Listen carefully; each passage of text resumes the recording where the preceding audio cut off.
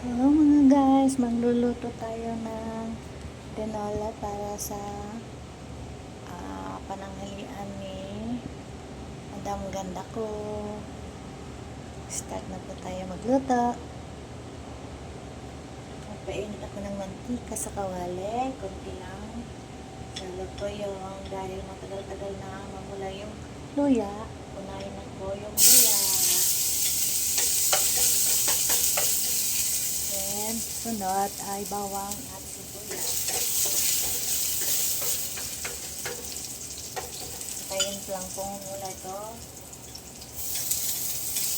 Pupulahin ang luya, bawang, at sibuyas.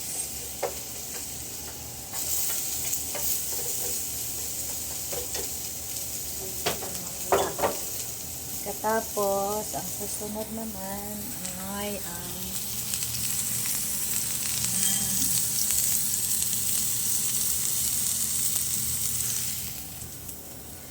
mapula-pula na yung luya, sibuyas at bawang. Isunod ko na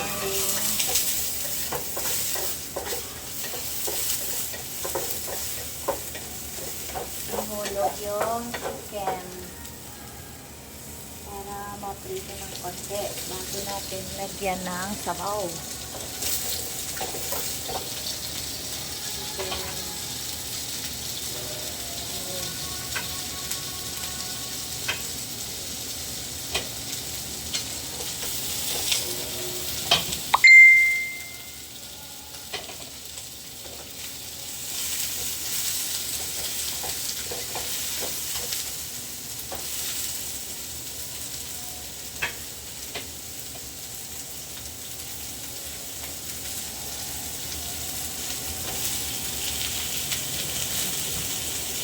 Guys, kailangan mo na pakulaan yung chicken bago igisa sa sibuyas at bawang para maalis yung lansa.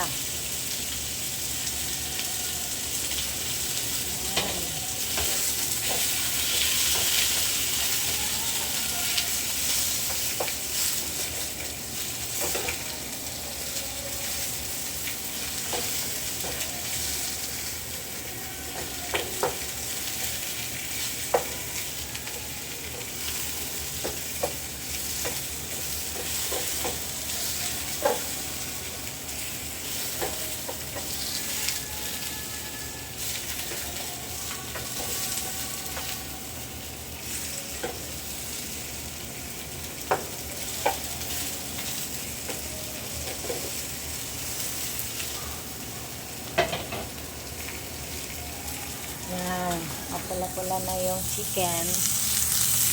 Lalagyan na rin natin ng konting patis.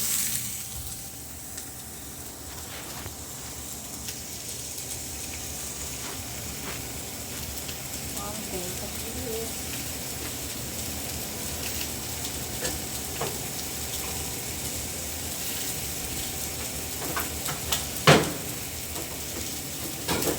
Pero ang ginagawa ko muna, tinatanggal ko muna yung meron na akong nakareading pinakuloang sabaw sa tinola.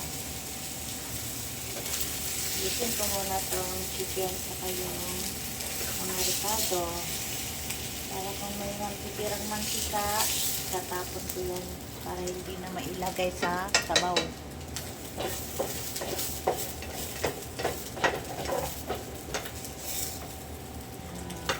Pero wala na siyang mantika. Walang mantika. Kasi konti lang naman yung ilagay ko kanina.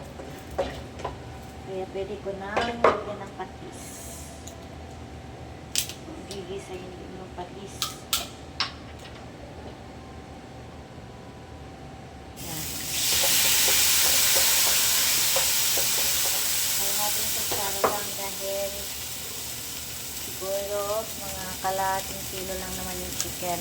O kulang-kulang 1/2 kilo lang ito.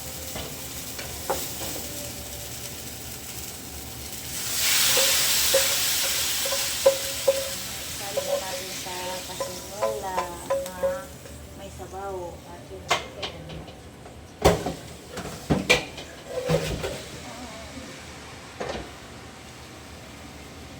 Ito na mga guys. Tulo na siya. Pakukuluin lang natin siya. Sakay natin. Tuluyang lagyan ng mga gulay para sa pinula. Papaya. Ayan. Papaya, sili. Yan ang sasahog ko sa tinola. 2 sili at papaya. At mag-harvest na din ako ng malunggay dahil wala namang daw ng sili. Kaya pwede naman malunggay. Masustansya rin yun. Lalo na sabaw na may chicken. Kaya tinawag na chicken tinola. Thank you for watching. Tapos na ang pagluluto. Antayin ko na lang kumulo at lumambot ng mga gulay.